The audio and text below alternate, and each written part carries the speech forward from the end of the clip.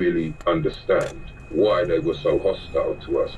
In 1977, the National Front seemed to be getting their racist message into the political mainstream. A year before, they managed to win almost half the vote in a local election in Deptford, a neighbourhood within Lewisham. They were familiar faces in Lewisham Market, often insulting black passers-by and handing out racist propaganda. If you went to Lewisham Market, at the end of where the stalls would be, you would get a lineup of members of the National Front.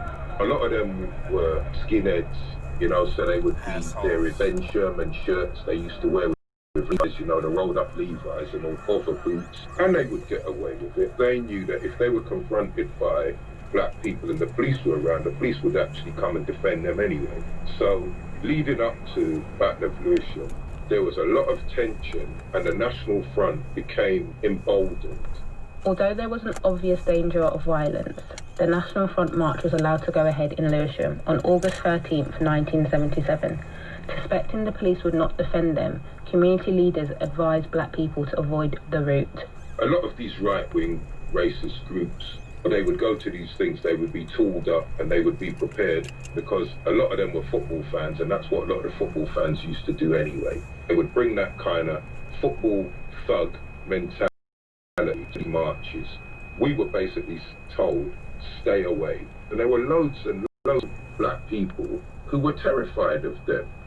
But the National Front would face a counter-demonstration from many anti-racist groups, including some anarchists.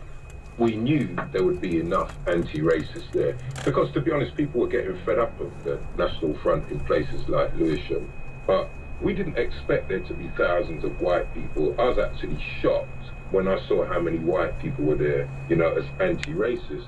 We said, you know what, we're going to just let the white man then fight the white man. Let them fight each other.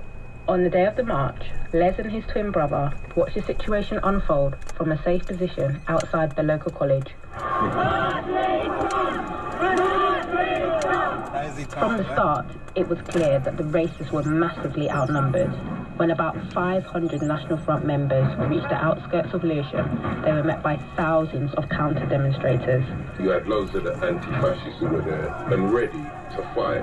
I saw people chucking stuff. I'm sure it was red and blue flares they were chucking at the National Front, but it was tangible and the fear from them was palpable. You could actually feel it, and for loads of us black boys, we just laughed. Stones and bottles being thrown. We just thought, look, these are the people who go around terrorising people, cowering and hiding behind the police. Again, the police move in to make further snatch arrests. It seems that the police have effectively stopped the counter-demonstration from reaching the National Front marchers. Police created a cordon around the National Front, so no one could really get to them. Did you witness any violence? I saw the odd National Front people being dragged out of the crowd. I think most of what I witnessed was when the police actually started to disperse the National Front. Some of the anarchists got to attack some of the members of the National Front. There were 4,000 police officers on duty in Lewisham.